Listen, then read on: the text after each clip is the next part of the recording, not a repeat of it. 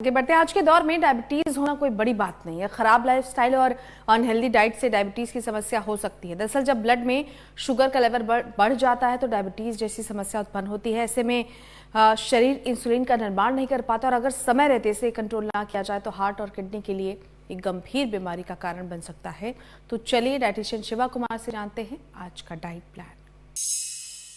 Hello, नमस्ते, सत श्री अकाल। कैसे हैं आप सब? उम्मीद करते हैं सेफ होंगे, सुरक्षित होंगे। मैं हूं डाइटिशियन शिवा। आज हम बात करने आए हैं डायबिटीज मेलाइटिस के ऊपर और क्या क्या चीज़ें हैं जो हमारी डायबिटीज़ को इफेक्ट करती हैं। बहुत इजी है इंटरमिटेंट फास्टिंग कर लेना कि सुबह खाना कम कर देते हैं या टाइमिंग अपना चेंज कर देते हैं और रात का टाइमिंग है जो चेंज कर देते हैं। या उससे भी ईजी है कि इंटरमिटेंट फास्टिंग है तो चलो डिटॉक्स वाटर से ज़्यादा पी लेते हैं, बॉडी का एटलीस्ट BMR है जो हायर हो जाएगा। बट जो हम नहीं समझते हैं वो ये कि पेशेंट्स जो अपना एकदम से क्रैश डाइट्स हैं जो करते हैं या इतनी इंटरमिटेंट फास्टिंग करते हैं, उसका बॉडी पे इम्प्लीकेशन क्या आता है? उसका इम्प्लीकेशन ये आता है कि जब भी आप इतनी ज़्यादा क्रैश पे जा रहे हैं और बिल्कुल minimal intake of the calories कर दिया है कि हमें सिर्फ बिल्कुल मिनिमल खाना है, मुझे वेट लॉस की गेम है जो खेलनी है, उसमें आप अपना मसल भी है जो टेयर आउट कर जाते हैं। मसल लॉस क्या इम्पैक्ट क्रिएट करता है, इस पर बात करना। ये बोन्स हैं, बोन के साथ जो चीज़ चल रही होती है हमारी मसल होती है जो बेसिक हमें स्ट्रेंथ देती है। आप खड़े होकर उठ रहे हैं तो आपके मसल्स हैं जो स्ट्रांग होने चाहिए। आपके हाथ अगर सामान लिफ्ट कर रहे हैं तो वो भी आपके मसल्स हैं जो स्ट्रांग होने चाहिए। लेकिन अगेन, अगर आपको ऐसा लगता है कि बहुत दिनों बाद मैं थकना महसूस कर रही हूँ या मेरे उठने बैठने में मुझे एक आधा मिनट है जो लग रहा है, तो जी हाँ, आपके मसल्स हैं जो वीक हो रहे हैं।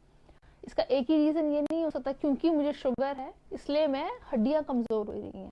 तो there is a difference between हड्डियाँ as well as a difference between our muscles. आप ये नहीं कह सकते बोन लॉस बहुत ज़्यादा टेंडर हो गया मेरी बॉडी में या मसल वीकनेस है जो ज़्यादा जा रही है। आपकी वीकनेस और आपका फैटिक रेशो है जो काफ़ी सारी चीज़ों के ऊपर डिपेंड करता है। अगर आप मेंटली बहुत ज़्यादा खा रहे हैं, जैसे कि आप अपने आप को ओवर एग्जॉस्ट है जो कर रहे हैं, बहुत अपने आप को फिजिकल एक्टिविटी में बहुत ज़्यादा लोग हैं जो 10,000 स्टेप 20,000 स्टेप इतने तो करने ही करने हैं, मतलब आप अपनी बॉडी की रिक्वायरमेंट है जो समझिए rather than keeping up a goal for yourself.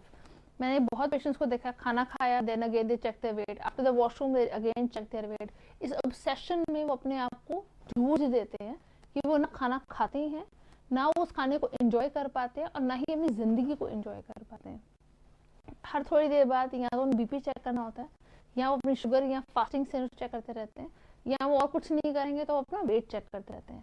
Obsession किसी भी चीज़ की कभी अच्छी नहीं होती। अगर आपको ऐसा लगता है कि ऑब्सेशन ही है जो हम क्रिएट कर सकते हैं, उससे मैं एटलीस्ट एक अलाइंड खाना खा पा रहा हूँ, तो आप अलाइंड खाना नहीं खा रहे हैं, आप प्रेशर में खाना है जो खा रहे हैं। और यकीन लगाइए, प्रेशर में खाया हुआ खाना कभी लगता नहीं है। अगर कभी याद हो तो नानी और दादी के घरों में जाके वो हंसते खेलते खाना खाना तो शायद हम लोग भूल गए हैं और टीवी और हमारे अलग अलग सीरीज के साथ हम अपना खाना खाना है जो इंजॉय करने लग गए हैं सो कॉल्ड। और मुझे ऐसा लगता है कि अगर आप अपनों के साथ खाना खाते हैं तो उसको एंजॉय कीजिए बनस्पत इस चीज़ को एंजॉय करने के। ये सिर्फ आप अपने वो स्क्रीन के आगे रख के खाना खा गए और शायद कई बार हमें ये भी नहीं पता चलता कि हम कितनी चपाती है जो खा गए। इतना एब्सेंट माइंड होके आप अपना खाना अगर खा रहे हैं तो ना तो आपकी बॉडी का इंसुलिन सेंसिटिविटी रेशो है जो हायर होगा, बॉडी की इंसुलिन रेजिस्टेंट है जो हायर हो जाती है, जैसे कि आपका क्योंकि मसल लॉस है जो हायर हो रहा है तो आपकी बॉडी की टेंडेंसी है जो हायर हो जाएगी और इंसुलिन रेजिस्टेंट हो जाएगी बॉडी। काफ़ी टाइम बाद जब बॉडी उस चीज़ को भी अडेप्ट कर जाएगी तो आपके जितने भी शुगर लेवल्स हैं आपके हमेशा consistent even with medicine higher ही हैं जो आने वाले हैं। तो काफ़ी सारे लोग इस पर भी गिव अप कर देते हैं कि अगर तो शुगर तो ज़्यादा आई रही है तो दवाई ही क्यों है जो खानी है। अगर बेसिक मेडिसिन आप बॉडी में नहीं ले रहे हैं तो उसका इम्पैक्ट क्या आएगा उस पर बात कर लेते हैं। क्योंकि मेडिसिन के तो मैं खुद ही बहुत बड़ी MD डॉक्टर हूँ, मुझे लगता है मुझे किसी को जाना नहीं चाहिए। एक दवाई मैंने खिला दी थी और यही मैं खा रही हूँ, इससे मेरी बॉडी की इम्प्लीकेशन बहुत ठीक आती है। तो हम उसी ही दवाई को 5-5 6-6 साल प्रोलॉन्ग एक्टिविटी टाइम है जो खाते रहते हैं, उससे बॉडी में क्या वेरिएशंस आते हैं इस पे बात करते हैं। आपकी बॉडी अगर बहुत ज़्यादा शुगर वेरिएशन पे बहुत ज़्यादा चल रही है या काफ़ी प्रोलॉन्ग्ड है जो हो रही है तो आपकी लिवर पे इम्पैक्ट है जो आएगा ही आएगा, किडनी पे इम्पैक्ट आएगा, आपकी आईसाइट पे इम्पैक्ट आता है, प्लस आपकी इम्यूनिटी पे इम्पैक्ट आएगा ही आएगा। तो इन सब चीज़ों के साथ आपका शुगर का इम्पैक्ट रेशो है जो हाई हो जाता है। लास्ट ऑफ ऑल, अगर आपको ऐसा लगता है कि मुझे इंसुलिन सेंसिटिव नहीं होना है या इंसुलिन रेजिस्टेंट अपनी बॉडी नहीं करनी है तो क्या करना चाहिए, इस पर बात करते हैं। जब तक आप ना थकें तब तक एक्सरसाइज कीजिए। अपने आप को थका के एक्सरसाइज करके अपनी स्ट्रेंथ या एंड्योरेंस बढ़ाने का कोई लॉजिक नहीं है क्योंकि आपकी बॉडी कंपैरेटिव फ्रेजाइल हो चुकी है नॉर्मल पेशेंट से। तो आइए इस पर बात करें तो आप क्या क्या खा सकते हैं। नॉर्मल खाना खा सकते हैं, नॉर्मल सब्जियां हैं जो खाइए, लेकिन बहुत डीप फ्राइड सब्जियां मत खाइए, जंक फूड का रेशो मत खाइए, खाने को गर्म करके बारी बारी मत खाइए। ऐसे कोई भी चीज़ों खाने का कोई लॉजिक नहीं होता।